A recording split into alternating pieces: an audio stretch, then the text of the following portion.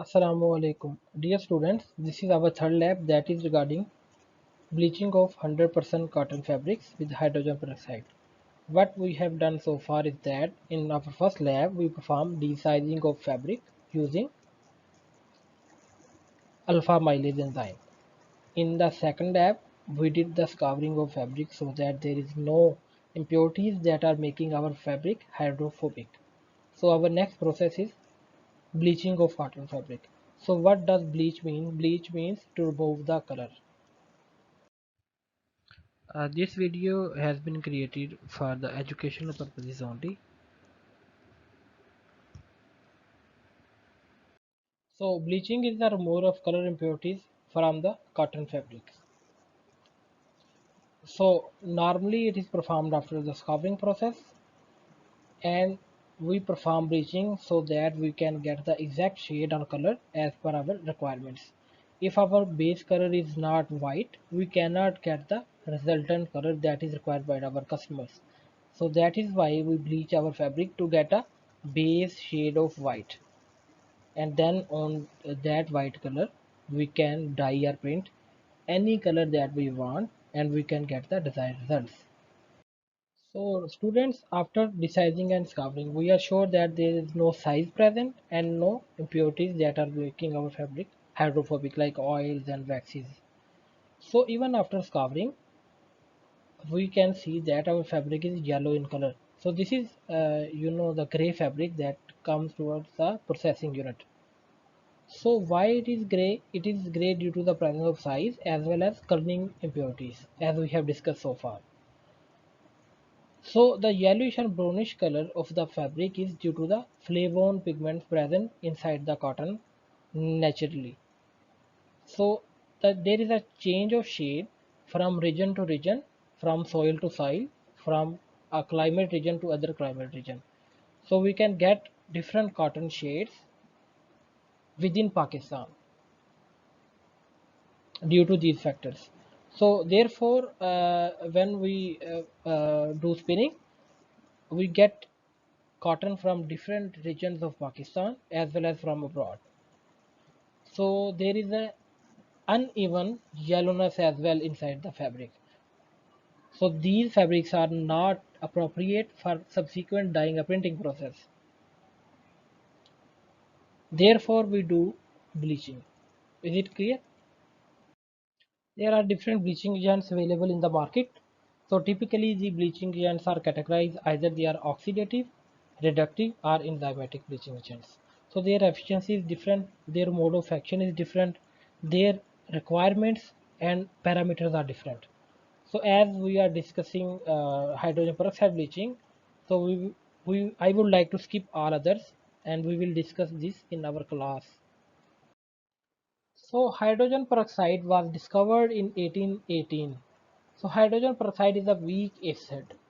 By 1940, about 60% of all the fabrics being produced globally was bleached using hydrogen peroxide. But nowadays, about 95% of all type of fabrics are bleached with hydrogen peroxide. So we can say that this is the most commonly used bleaching agent in the textile industry. It is available commercially at 35, 50 and 70% solution. So normally in industry we have 35 or 50% solution. It is corrosive, oxidative agent, and it may cause combustion when allowed to dry out in an oxidizable organic matter. This means that we have to keep it in a proper container away from heat source and light, because it is sensitive to light as well. And hydrogen peroxide is irritant to the skin, but it is ecologically acceptable all over the globe. So when we talk about auxiliaries and main ingredient, so here our main ingredient is hydrogen peroxide, and our auxiliaries are wetting agent, sequestering agent, NaOH for providing alkali or alkaline pH as per our requirement, and stabilizer. So here we can see that in scouring and desizing we use wetting agent and sequestering agent as well. But in bleaching we have additional stabilizer. So what is the role of stabilizer? As its name suggests, it is used to stabilize the hydrogen peroxide. So hydrogen peroxide is converted into hydroxyl ions during the bleaching. That is our active agent. So the stabilizers make sure that the hydrogen peroxide is decomposed in a slow manner so that we can have a less aggressive bleaching for prolonged time. As we have discussed in previous slides that there are various kinds of oxidative reductive bleaching agents available in the market, but hydrogen peroxide is preferred over the industry due to several advantages. It is universal bleaching agent, which means it can be used for different fabrics like either it is cotton, rayon, wool or silk. No other bleaching agent can be used for all these fabrics because they will damage the fabric. So it can also be used on continuous equipments and it will offer permanent whiteness. So to make you understand what the permanent whiteness is, let us discuss an example of reductive bleaching agent. So if we have done reductive bleaching, that means we are doing the reduction of color. So after reducing the color, the fabric is white. Okay, that's okay. But after some time, as air is present all over the fabric or around the fabric in our atmosphere, what will happen? The oxygen in the air will oxidize our fabric that has been reduced to white. This means we will slowly get a yellow shade again. Oxidation reduction is opposite process. This means we are not getting a permanent whiteness using reductive bleaching agents. On the other hand, if we are doing bleaching with hydrogen peroxide, we are getting permanent whiteness. And we can also simultaneously scour and bleach our fabrics, which means the process is short and production is high or fast. You can see that. Furthermore, peroxide bleaching goods are more absorbent than hypochlorite bleaching goods. So the major or key parameters in hydrogen peroxide bleaching are concentration of hydrogen peroxide, pH of the reaction, then temperature and time and stabilizer as well. So how to check the bleaching efficiency? So the bleaching efficiency is checked using two different methods. So one is using spectrophotometer that measures our whiteness of fabric, how white it is or how yellow it is. And the second is degree of polymerization. So degree of polymerization is an indirect process to measure the bleaching efficiency. We know that when we are bleaching our fabric, it gets damaged. So when it is being damaged, so our degree of polymerization changes. So if we dissolve our cotton fabrics in a solution and we check its flow, and then we convert the flow into a degree of polymerization using different equations and formulas. So if the fabric has been damaged, this means it will have a reduced dp. Dp is degree of polymerization, which means it will flow very easily. So from there we can get an idea how much our fabric has been damaged or how the bleaching efficiency is.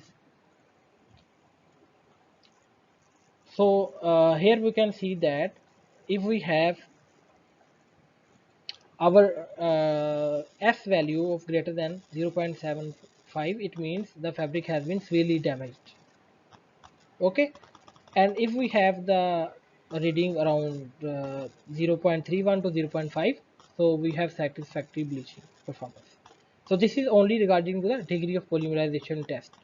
It is not about the CI whiteness. For CI whiteness, we normally prefer fabrics having greater than 70 value on spectrophotometer. So dear students, let's start our experiment. Bismillah, Assalamu alaikum dear students, and the next experiment is the bleaching of the fabric. So bleaching, as the name explains, we have to remove the colored impurities from our fibers or fabric so that it is able to be dyed or printed. So for fabric to get a proper printing or dyeing, there should be no color impurities inside your fabric. So there are various processes to do the bleaching, oxidative, reductive, but we will prefer the hydrogen peroxide oxidative bleaching. Chalo. So for the oxidative bleaching, the industrial practice is to use the hydrogen peroxide.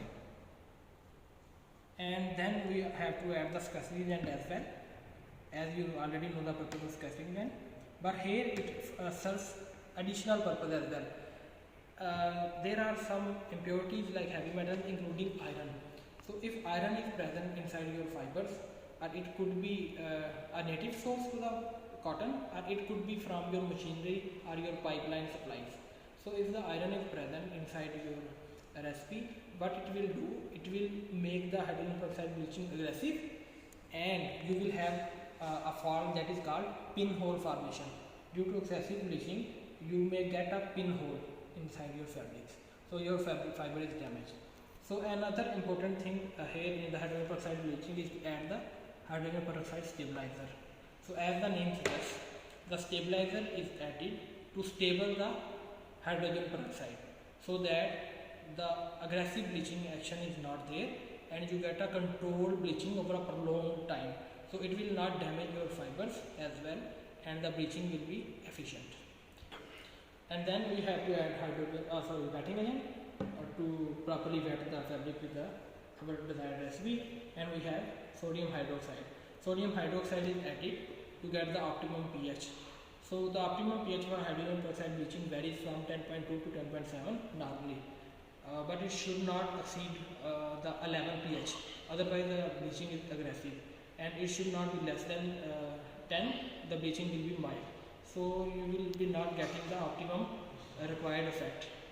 And then at the end of the process, we have to neutralize the fabric using the acetic acid, as we did with previous experiment of discovery. So whenever we use alkaline treatment, at the end we have to, or it is recommended to neutralize the fabric so that there is no residual alkali present inside your fibers. So let us weigh the fabric again, so that we can get the material to liquor ratio, as well as the amount of the chemicals that your teacher will describe in detail. How much hydrogen peroxide you have to use, how much scattering agent, and how much NaOH you have to use. So the weight of scoured fabric is 6.74 gram. Now, so the weight of the fabric is 6.74 gram. So we will multiply 6.74 by 30, as we are using material to liquor ratio of 1:30. So it is 202 ml of liquid.